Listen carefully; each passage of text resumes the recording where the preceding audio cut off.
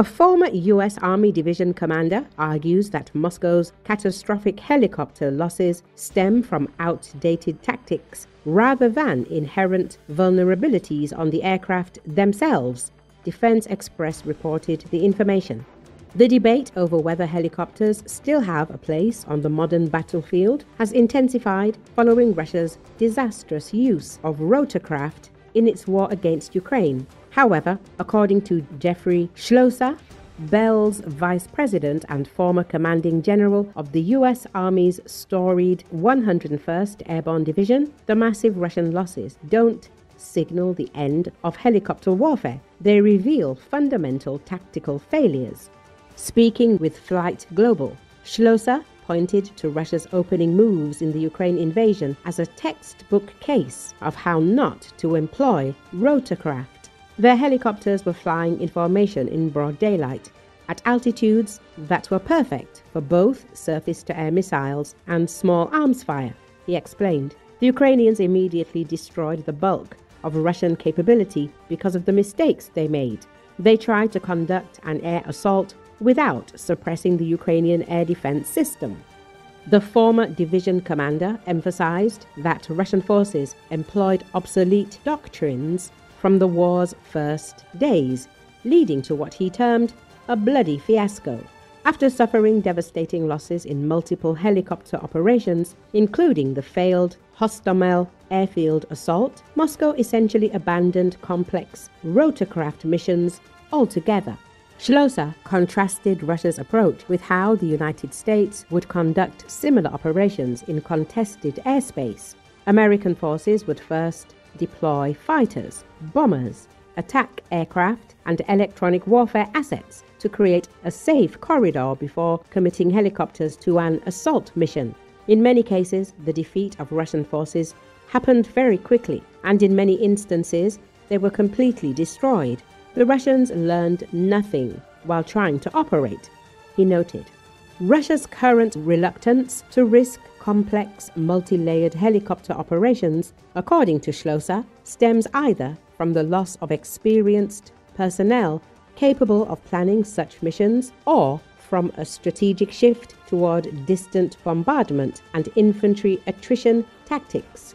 Despite the Ukrainian experience, Schloesser maintains that helicopters remain viable on the modern battlefield, including for assault operations during large-scale ground offensives. The key lies in integrating all capabilities into a unified concept and adopting what he calls dispersed forces, spreading aircraft across numerous small locations rather than concentrating dozens or hundreds at single bases.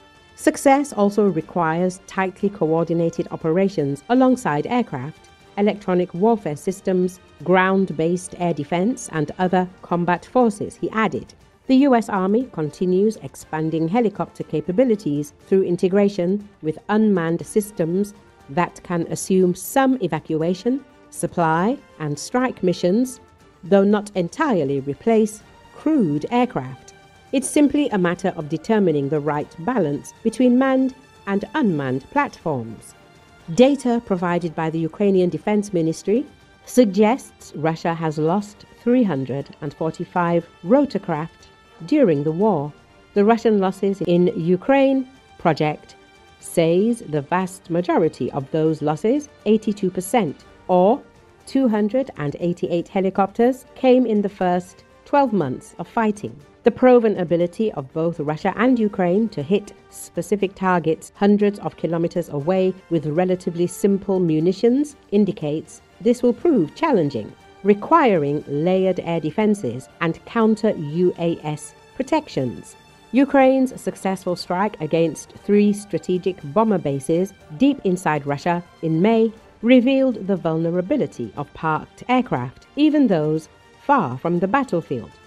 Multiple Tupolev Tu-22M3, Tu-95 and Tu-160 bombers and at least one IL-76-based A-50 airborne early warning and control platform were damaged or destroyed in the unconventional attack that used more than 110 explosively armed quadcopters smuggled into Russia via truck.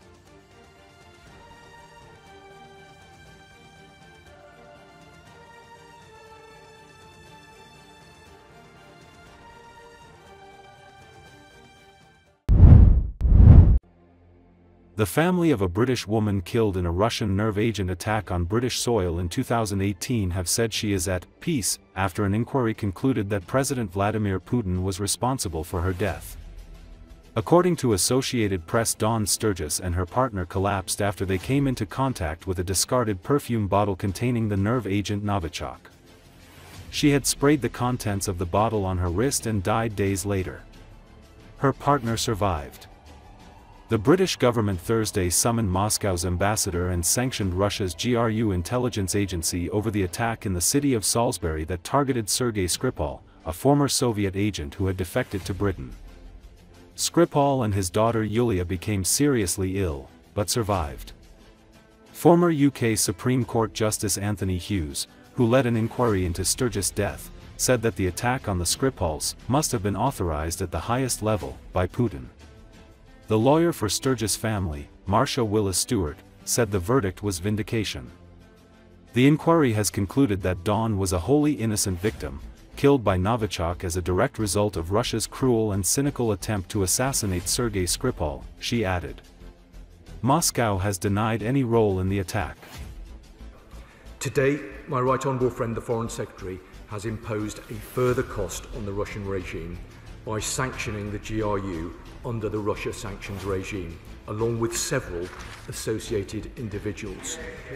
These sanctions recognise the continued reckless and destabilising activity of the GRU, which seeks to undermine Ukraine, European security and the safety of the United Kingdom. They will include sanctions against 8 GRU officers under the cyber sanctions regime and 3 GRU officers under the Russia sanctions regime, who have been implicated in hostile activity across Europe. We are also summoning the Russian ambassador to hold Russia to account for its responsibility for the tragic death of a British citizen. Madam Deputy Speaker, there's also been extensive misinformation and disinformation relating to these horrific and barbaric poisonings. This inquiry has categorically rejected those falsehoods, and this government continues to reject the lies spread by Russia through its propaganda and through its paid mouthpieces. Madam Deputy Speaker, Dawn Sturgis was the victim of an utterly reckless and dangerous act, a chemical weapons attack perpetrated by Russia on British soil. The pain and suffering it has caused can never be underdone. But we must honour Dawn Sturgis's memory, uphold truth and justice, and keep everyone in our country safe. I commend this statement to the House. I call the Charlotte Secretary of State, Chris Phil. Thank you, Madam Deputy Speaker. Well, let me...